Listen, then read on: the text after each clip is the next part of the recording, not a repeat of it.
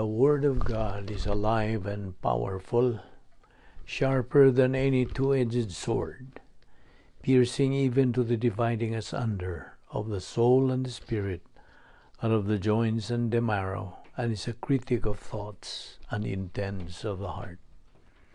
All Scripture is God-breathed and is profitable for doctrine, for reproof, for correction, for instruction in righteousness, that the man of God might be mature, thoroughly furnished unto all good works. Study to show thyself approved unto God, a workman that needeth not to be ashamed, rightly dividing the word of truth. Preach the word, be ready in season and out of season. Reprove, rebuke, exhort with great patience and instruction. For the time will come when they will not endure sound doctrine, but wanting to have their ears tickled, they will accumulate for themselves teachers in accordance to their own desires, and will turn away their ears from the truth, and will turn aside to myths. We live in a day where biblical truth is considered hate speech, even among those who profess Christ. It is loving to tell the truth, no matter how much it may hurt the hearers. I am the light of the world. He that followeth me shall not walk in darkness, but shall have the light of life. For I know the thoughts that I think toward you, saith the Lord, thoughts of peace and not of evil, to give you an expected end. Always give yourselves fully to the work of the Lord, because you know that your labor in the Lord is not in vain. As we labor in the Lord faithfully, we wait patiently on the Lord, who makes things grow. The harvest truly is plenteous, but the laborers are few. Pray ye therefore the Lord of the harvest, that he will send forth laborers into his harvest. And let us not be weary in well-doing, for in due season we shall reap, if we faint not. For I am not ashamed of the gospel of Christ, for it is the power of God unto salvation to every one that believeth, to the Jew first, and also to the Greek. For therein is the righteousness of God revealed from faith to faith, as it is written, the just shall live by faith. Your word is a lamp unto my feet and a light unto my path. And the gospel must first be preached to all the nations. And my people who are called by my name humble themselves and pray, and seek my face, and turn away from their wicked ways, then I will hear from heaven, will forgive their sin, and will heal their land. My son, do not forget my teaching, but let your heart keep my commandments. For length of days and years of life and peace, they will add to you. How happy are those who hear the word of God and obey it. Now, before we start our Bible study today, ang ay kanimong buhaton sa kamagtuto ikaw nga imong hinganlan kanang imong mga sala nga nabuhat ni adlaw o hangtod ning higayuna. Name all your sins, acknowledge them before God. 1 John 1:9 says, if we confess our sins, God is faithful and just to forgive us our sins and to cleanse us from all unrighteousness. Ugalang kanimo higala nga dili pa Kristohanon, ang isyu nga imong giatubang dili ang paghingalan, pagkumpisal, kundili ang pagtuo kang Ginoong Jesucristo, ingon nga imong personal nga manluluwas aron ikaw maluwas. Believe on the Lord Jesus Christ, and thou shalt be saved. Therefore, sa hilo magampo kita.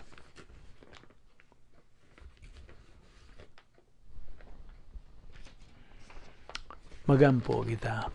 Heavenly Father, we are here once again because we love the Word. because we are members of the royal family of God through our faith in your Son, the Lord Jesus Christ. Because from eternity past, our life has had meaning and purpose and definition. Because we are commanded to take in your word daily, just as we assimilate physical food daily. And we recognize, Father, that this is our briefing. This is our means of growth. This is the means of glorifying the Lord Jesus Christ.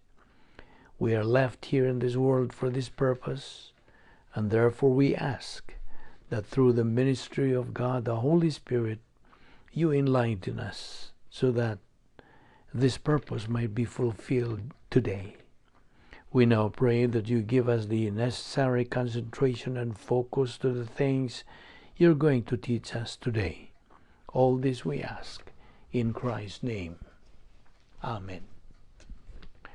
Maayong adlaw kaninyong tanan, mga higala, mga kaigsuunan, fellow believers, and including those who are not yet saved.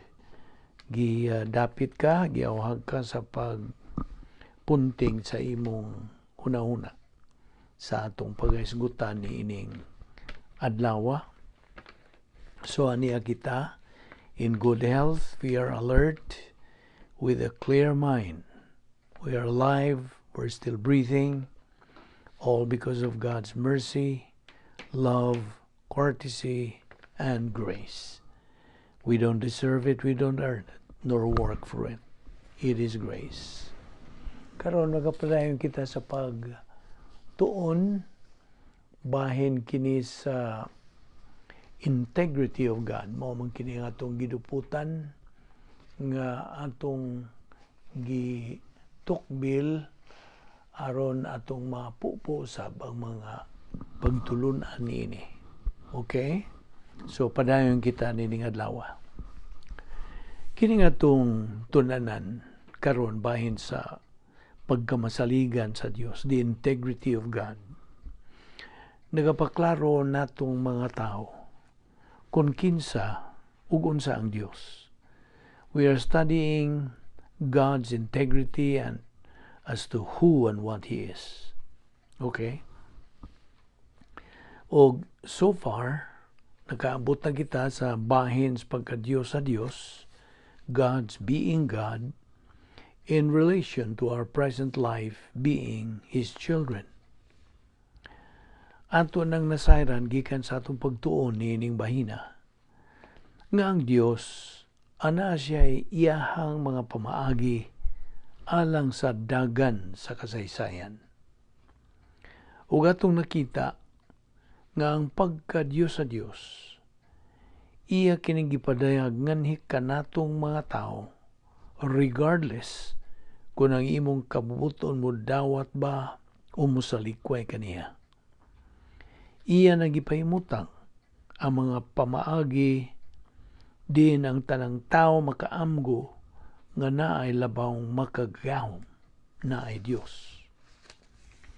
Ana kana sa kabubuton sa tao kung iya ba kining pagadawaton o kini iya bang isalikway, because he has free will. He has freedom to choose. Ug dili mahimong bakwion sa Dios ang iyang mga pamaagi nga gipahimutang tungod kay wa pa ang tanan kini nga iyang mga pamaagi iya nang gipahimutang. Busa angay nato nga tagan ug pagtagad kining maong primerong prinsipyo nga ato nang na dalikyatan sa pagsugod niini, nga ang Dios nagpahimutang og pamaagi aron ang tao makaila niya, ang tao makaamgo bahin niya. Actually, ato namang naisgutan, and I would highly recommend nga samtang kita nagatuon niining integrity of God, gamita ang inyong memory recall alang sa uban nato mga pagtuon, uban nga mga prinsipyo sa uban nga mga pagtuon aron atong masumpay we can connect ang nakalanlain nga mga pagtulunan ining bahin sa integrity of God. Kay advance naman ning pagtuuna nga nanginahanglan na kini sa atong pag-recall, paghinumdum sa uban nga mga principles nga ato nang natunan. Now, atong balikon sa pag-ingon nga ang Dios nagapahimutang sa mga pamaagi nga ang tao makaamgo nga anaa siya, that He exists. Bisan pa kung ang tao mo ingog di siya mutuog Dios, di siya mutuog nga naay Dios, apan kanang tawhana sa iyang pagbalibad nakahibaw siya nga naay Dios, apan iyang kinabubuton nga iyang isalikway. You see, mo nang napoy ubang mga tao nga wa man na nila mayuhag susi kung kinsa o unsa ang Dios. Wa na ang Dios mismo pinagi sa iyang mga pulong, mao na nga ang iyang mga pulong nagasulti nga dunay mga tao nga nagakulit o mga ribulto nga dagway kunuhay sa Dios aron lang matagan sila kasiguruhan nga naagyoy Dios. Apan di man ka na mo'y pumaagi sa Dios aron sa pagpaklaro ka natong mga tao. Kanang tawhanon ng pamaagi aron ang Dios maklaro nato. Apan di man ka na madawat sa Dios tungod kay ang Dios nagpahimutang na sa iyang pamaagi. Unsaon pag ila nato kaniya, unsaon nato sa pagkaamgo may tungod kaniya. Ug ato nang nakita nga kining maong pamaagi nalangkob sa gitawag natog plano sa Dios nga naglambigit sa tulo ka lakang o tulo ka hugna nga mao ang una, kaluwasan, ang kinabuhi sa usa ka luwas na believer in time, o ang kinabuhi sa maong luwas nga tao luyo ining kinabuhi. The third phase. Tulo kini kabahin nga mo'y kuyog sa plano sa Dios nga iyang gipahimutang. That is why wa gyoy excuse ang tao. Bisan pa ang tao mo ingon og wa ko kaybaw nga naay Dios. O ngano man uroy nga imo mang gisalikway kay gayunan nga makaamgo ka nga naay Dios samtang buhi ka pa. Mas gipalabi pa hinuon nimo ang imong kaugalingong mga tumong ug tuyo sa imong kinabuhi nga nahibaw man ka nga naa magyoy Dios bisag unsaon nimong balibad. Now, we call this God consciousness. Imong pagkaamgo nga naay Dios. And that is why when we respond, kung ang tao mo hatag o pagtagad o ingnon ta mo sanong niya ng higayon nga makaamgo siya nga naay Dios, then ang Dios na ang mag-igo sa pagpaklaro ngadto kaniya. Kana kung anaa kaniya ang pagka madinawaton nga kabubuton, positive volition. That is why sa gayon gani nga nakaamgo ka na nga naay Dios, unya misud ka na sa iyang plano pinaagi sa kaluwasan, una-una nga anaa ka na sa plano sa Dios. And because you as a Christian now, you are already inside the plan of God, remember that God has designed your life. Gipahimutang na sa Dios kanang imong kinabuhi. Gipahimutang na ang mga pamaagi aron nga kitang mga Kristohanon magakinabuhi na nga anaa ang kaygayunan nga kita magmalampuson nining maong kinabuhi. That is why the issue is still our volition, ang atong kabubuton. Ato nang nakita kung unsa ka grabe ang pagpahimutang sa Dios. Bisan tinuod kung ang matang usa ka tawo ipakatawo din sa kalibutan nga patay spiritualmente, naghatag man gihapon ang Dios sa pamaagi, diin ang maong tao mabuhi spiritually. He's giving all the opportunities, the chances. Ato namang nahisgutan sa miyagi natong mga pagtuon, pinagi sa atong gihimong hulagway nga ang usa ka tawo nga patay spiritually pero buhi physically, atong makita nga ana na kaniya karon ang kahigayunan sa pag-angkon sa God consciousness, ang pag-amgo mahitungod sa Dios. And you know what?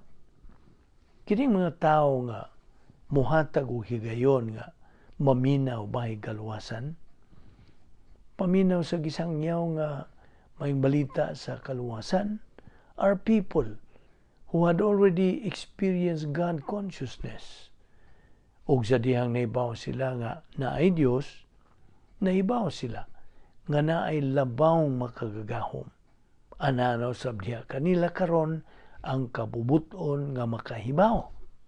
Unsa may sunod kung buhaton karon nga nakaibaw na kog naay Dios.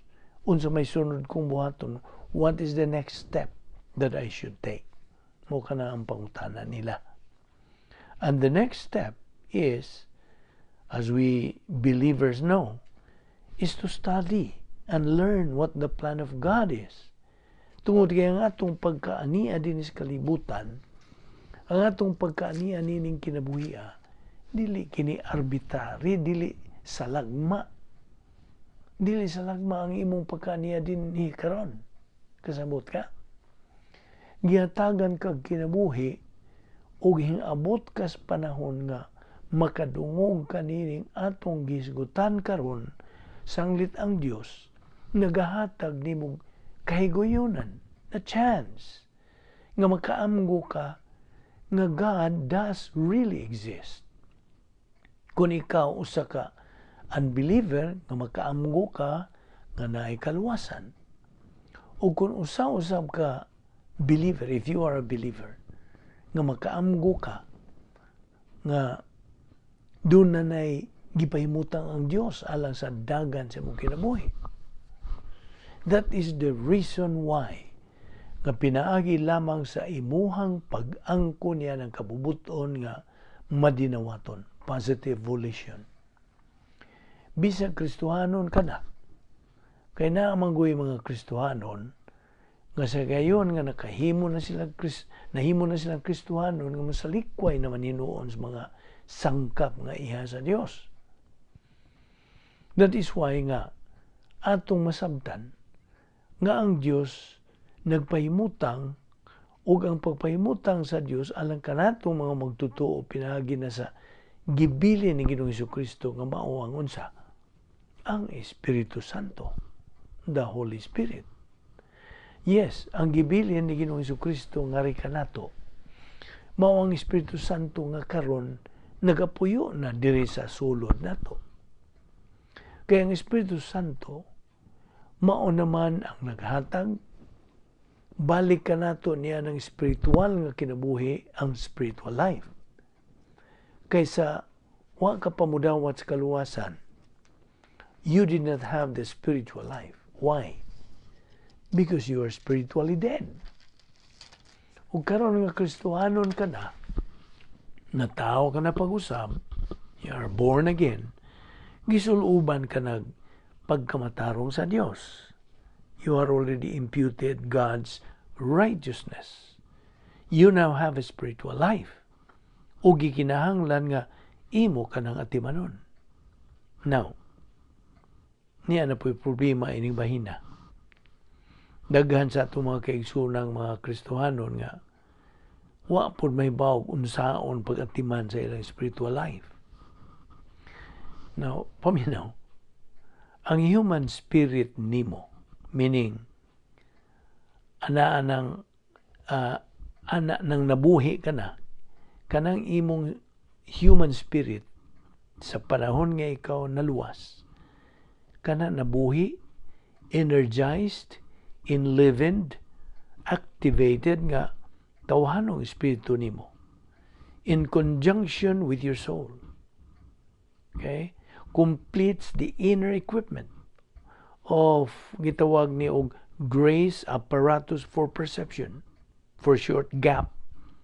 Ug mao na ni ang usa sa mga sangkap nga gihatag sa Dios ngadtos matag usa ka magtotoo aron makaabante na siya, makatubo na siya diha sa grasya ug sa kaibalo kang Ginoong Hesukristo.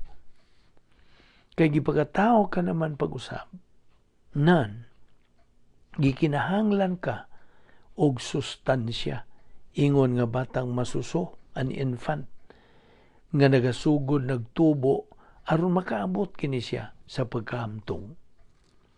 Merely comprehended to convert doctrine from something that is merely comprehended academically into something thoroughly understood and usable for both spiritual advance and spiritual application to life. So, it is but important nga ato ka ng timanan.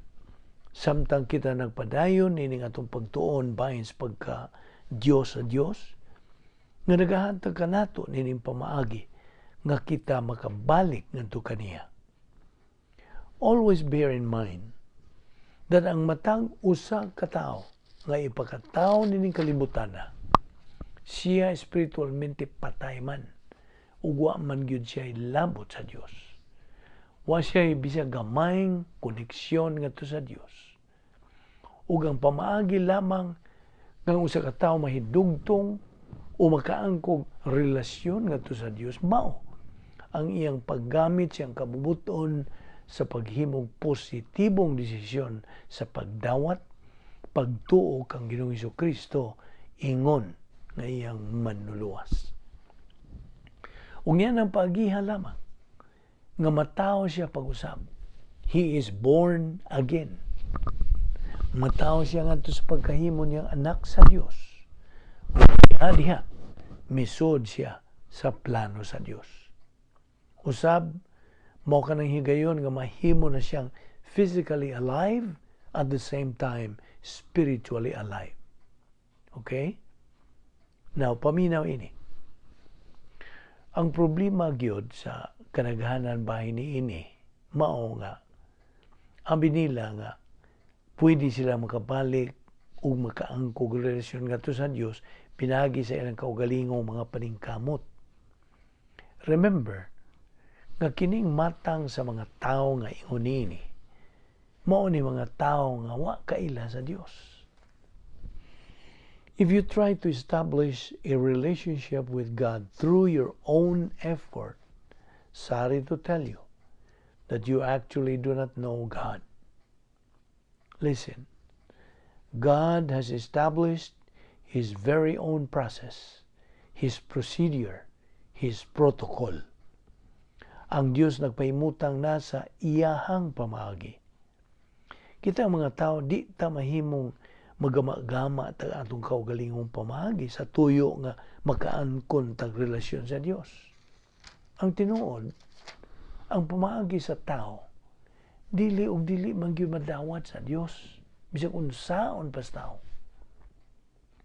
Bisag unsa pay buhaton sa tao. Bisag unsa pay paningkamot nga himuon sa tao, di man gyud ka na madawat sa Dios. Sorry to tell you. Sa pulong sa Dios klaro og tataw pag-ayo nga nagpahayag niya na.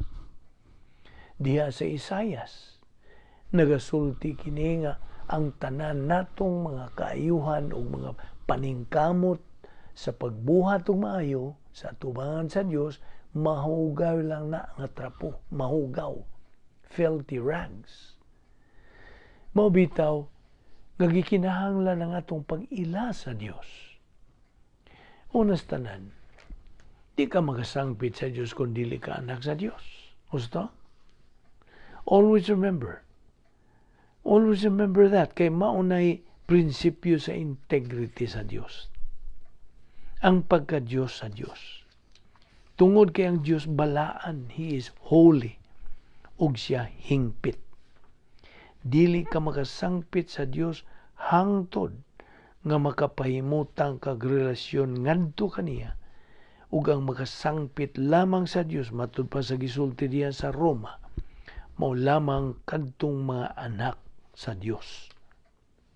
Anak ka sa Dios gumikan kay anaa naman ang Espiritu Santo diha kanimo. Kinsa mo'y musangpit sa Dios ingon nga amahan, Aba, na anak sa Word of God. Mao na ngang mga tao karon as part of our study here, angay magunahuna nga wa gyoy pamaagi nga atong mahimo aron makabalik ta ngadto sa Dios. Wala. Ug ang ikaduha, kung usay ikaw katawo nga di mo tuog Dios, maingon kag why Dios, di ko mo tuog nga nay Dios, di mawa ang Dios, nagihapon siya. O maingon kag di ko mo tuog Dios, bisag di ka mo tuo, nagihapon ang Dios, kasamot ka. Apan paminaw, sa katapusan, in the end, manumbag ka sa imuhang gipanulti tungod kay naa may Dios. Nan ang Dios maningil sa imuhang gisulti kay kitamang tanan mo ang tubang sa Dios. Mamagtutuo kapag dili magtutuo mo ang tubang kang tanan. Pero di magdungan ang magtutuo kang dili magtutuo. Recall kay ba naman mo ana asang dapita na sa atong gitunan. Okay? That is why angay natong makita ang Dios unsa man kini siya ug unsa man ang iyang gipahimutang nining tanan.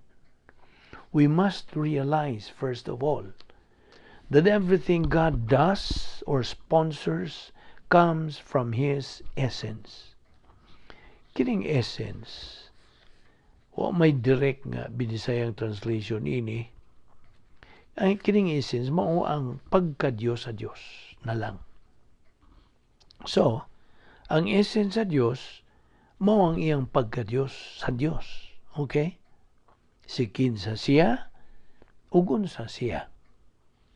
Ug ang tanang tao angay mahibawog kinsa ang Dios. Sa gayon gani nga musugod ka kay likay o kinsa ang Dios, o sa gayon gani nga mutipas ka aron di ka makakaton bahin sa Dios, manubag ka na. Do you know that?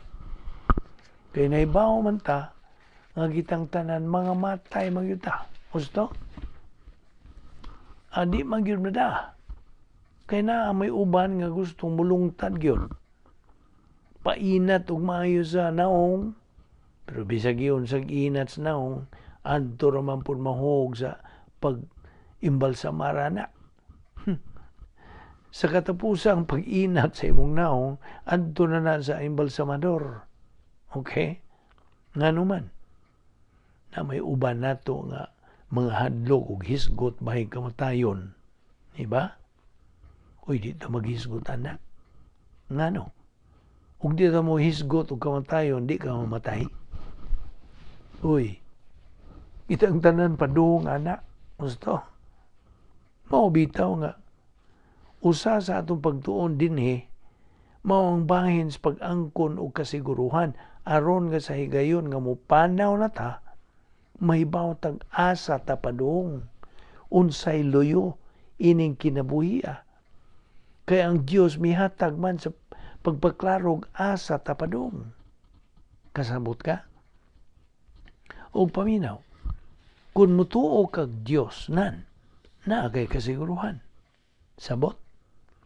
Apan kun ang Dios para nimo naalang siya sa imong imagination o paghanduraw nan siguro yung mahadlok kang maghisgod o kamatayon. And yet, ang kamatayon kuyog na sa plano sa Dios alang kanatong mga tao. Kay that is a fact of life. Gusto? Dili na kalikayan. Sa gayon nga ipagkatao ka nining kalibutan na mamatay gyud ka. Sabot? Mao gyud na klarong pagkasulti. And that is why you have to learn samtang niya ka wa na awahina mahuman ang imong kinabuhi din kay maupod ni ang kuyog sa plano sa Dios, mahuman ang imong kinabuhi din away na. So samtang niya ka pa, mao ni ang panahon nga magtimbang-timbang ka na diha sa imong nauna kung asa kadapit ug unsay imong baruganan nining kinabuhiya. Mabitaw na nga kuyog man gud ni ining plano sa Dios alang kanato, angay kitang tanang mga tao mangutana, nganong niya man ko karon? Why am I here?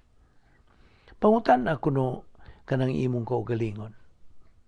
Ug kung imo pong una-unaon, ang tawhanon pong tubag ana moingon aron maning kamot gud ta. Ug naantay mga liwat atong patubuon kay sila na may musunod nato. Unyang ikaw, asa man ka padong?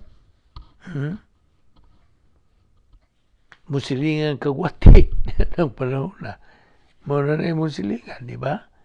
Pero, kung imo kung una-unaon ba, unsa may kapuslanan nimo, igo karang ipanganak aron mamatay.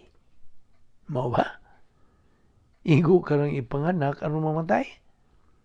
Aw di ngod pod maning kamot gud ta. Muna itubag sa uban unya ini kahuman nimo paning kamot. Mamatay mong gyud kag gihapon. Moingon kag bitaw no. Unsa may kapuslanan nato dinhi? Mo eskwela ta, unya mo graduate ta, unya manghitag trabaho, maprofesional na ta, makakwarta ta. Ang uban, di makakwarta, mapobre kang madato ka, mamatay manggihapon ka. Di ba? Unya, ang imong pagkapobre o imong pagkadato, di man po nimo mada, human ka mamatay. So, unsa may tuyo nato, unsa may kapuslanan nato ani. Sabot na to mga tao nga di mo tuog Dios, di mo tuog na ilabaw makagagahom. Di, ang ilang kinabuhi, klaro mo ay kapuslanan. Tanawa nga itong mga karsel karon, mga presyuhan ba, na puno kining mga tao nga wa na mohatag og bili sa labaw makagagahom. Wa na mohatag og bili og unsay tuyo sa ilang kinabuhi.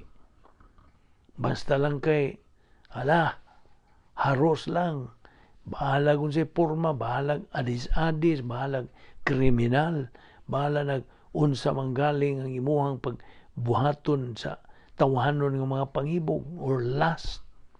Apan kwentahon nimo, dunay tuyo. Ug ang tuyo mao ang atong pag-ila nga na ay tumong ang atong pagkaniya dinhi karon. We have a purpose. Although we can dig deeper and see the angelic conflict behind all of this, but that's another study. Ang ato lamang giduputan sa pagtuki mao ang bahin sa integrity of God. Mo hinungdan nga ang Dios nagpahimutang sa tanan. Okay?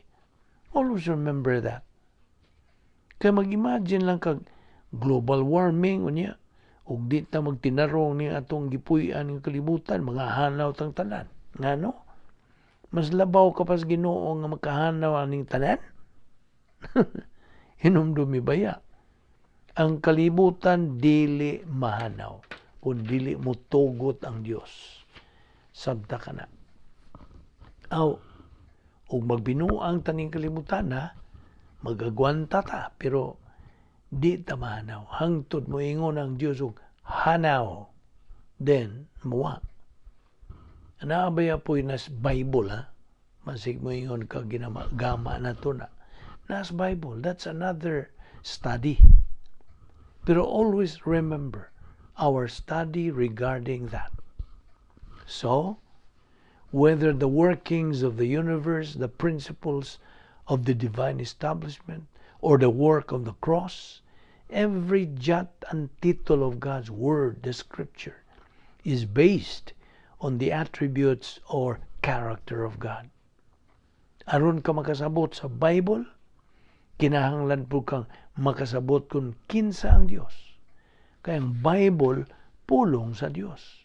Ug kung wa ka kaila sa Dios, ug para nimo baliwa ang Dios, nan ang iyang pulong nga kining Bible baliwa pud nimo. Kasabot ka? Now, ang grabe ug usa ka magtotoo if you are an unbeliever, if you have been okay, I'm sorry. Correction. Ug kung ikaw usa na ka magtotoo karon, if you are a believer now in Jesus Christ, if you have been born again by faith alone in Christ alone, meaning higayuna while you are listening to this study right now, unya gibaliwa nimo ang pulong sa Dios, ilhanan ka na nga gibaliwa pud nimo ang Dios. Do you know why? Because the principle stands. What your attitude towards God's Word is your attitude towards God. Akong balikon. What your attitude towards God's Word is your attitude towards God. Okay? Pero Kristohanon ka. You are a Christian, pero baliwa ang Diyos sa imuhang kinabuhi. Remember, God is the one who created everything. Siya ang nagbuhat sa tanan. Ug siya ang nagagunit sa tanan. From sustaining the universe to blessing believers, everything that God does is based on the attributes of His essence. Ug ato nang gipakita kining attributes ng essence. Ato maning gibahin sa napulo ka buok. Ug atong gipaklaro nga ang pagka-Dios sa Dios mao ning gitawag natong essence niya. Nagalangkob sa napulo. 10. Ato lang ning gigamhan og napuo aron makahatag kini natos pagtuon. Nate katun-an nga maklaruhan kita sa pag-ila kinsa ug unsa man gyud ang Dios. Makailatag sovereignty, righteousness, justice, love, eternal life, triple O, immutability, ug veracity. Walang triple O means omnipotence, omniscience, ug omnipresence. So kining napulo ka buok, mao kini ang nagalangkob sa pagka-Dios sa Dios. Okay? This composes the integrity of God. And remember, since God is perfect, kining napulo ka buok also are perfect. Wa gyoy pagpihig-pihig, why favoritism, why labaw o why kuwang. Insakto ra gyud kini tungod kay ang Dios hingpit, ang iyahang attributes hingpit pod. Therefore, ang ay natong makita nga kining iyahang mga attributes nga atong gibat-bat dinhi, only 3 of His attributes ang ingnon ta mas spotlight sa atong pagpadayon ni pagtulunana. Apan mahinungdanon nga atong masabtan nga dunay napulo. Kaya nga naman, bisan ko ng integrity of God will spotlight only 3 of God's attributes, bear in mind nga ang mga attributes of God. Oh, by the way, umuingon ganita og essence, ang kinatibukan, moingon ganita attribute kining atong gisgutan kadtong gihinganlan nato ganiha. So why attribute sa Dios nga mulihok nga siya rang usa? Kinahanglan nga kung mulihok ang usa ka attribute sa Dios, kini duyog sa uban niyang attribute. In other words, dili mo conflict sa uban niyang attribute. Kasabot ka? Kung moingon kag hustisya ang Dios, ang hustisya sa Dios mulihok apan kini duyog sa uban niya nga attribute. Omniscience, omnipotence, immutability, veracity, iyang sovereignty. Kung mulihok man ugaling ang iyang love, di lang kay love ra, that means nagalihok usab ang iyang gugma, kuyog sa ubang mga attributes. Ingon na ang Dios. That is who God is, folks. Mao na nga kinahanglan nga atong klaruhon kini karong higayuna at this very time. that when we study bahin sa Dios, tangtanga na kanang mga tawhanon nimo mga pangunahuna kay dili na magsilbi. You cannot apply that to God. You can never apply that to studying the attributes of God. Never. Di gyud na magpuos. Dinhilang usa kita kutob ug anto kining ipadayon sa sunod nga higayon. Magampo ta. With our heads bowed and eyes closed, let us dedicate the closing moments of our Bible study to those of you who are without Christ, without hope, and without eternal life. This is a moment in your life. No matter what you think, no matter what you believe, it is a moment of consideration. It is a moment to put everything out of your mind. Think about the Lord Jesus Christ. Think about His person. What does all this mean? What is Christianity? Well, Christianity is Christ. It's a relationship with God through Christ. There's only one way to have that relationship. The scripture says, believe on the Lord Jesus Christ, and thou shalt be saved. Works, all the works that you can do have nothing to do with your relationship with God. Why? Because you are a sinner. Because you are not perfect as God is perfect. Because His perfect righteousness has to reject unrighteousness, and you are unrighteous. No matter how many good deeds you do, that is where Christ comes in. That's how important He is. Because He is the only one who can present you faultless before God. How does He do that? Well, He went to the cross. He went to the cross for only one reason, to die. To die for you. To die for every member of the human race. He didn't care whether people rejected Him or not. He died for them. That is God's grace, His absolute grace. And what does that mean for Him to die for all of us? That means that while He was hanging on the cross, God the Father imputed all our sins, all the sins of mankind to Christ. He took all of your sins upon Himself, and when He did that, He paid the penalty for all of those sins. He paid the penalty demanded by God for sin. Sin is spiritual death. Jesus Christ died a substitutionary spiritual death so that we don't have to.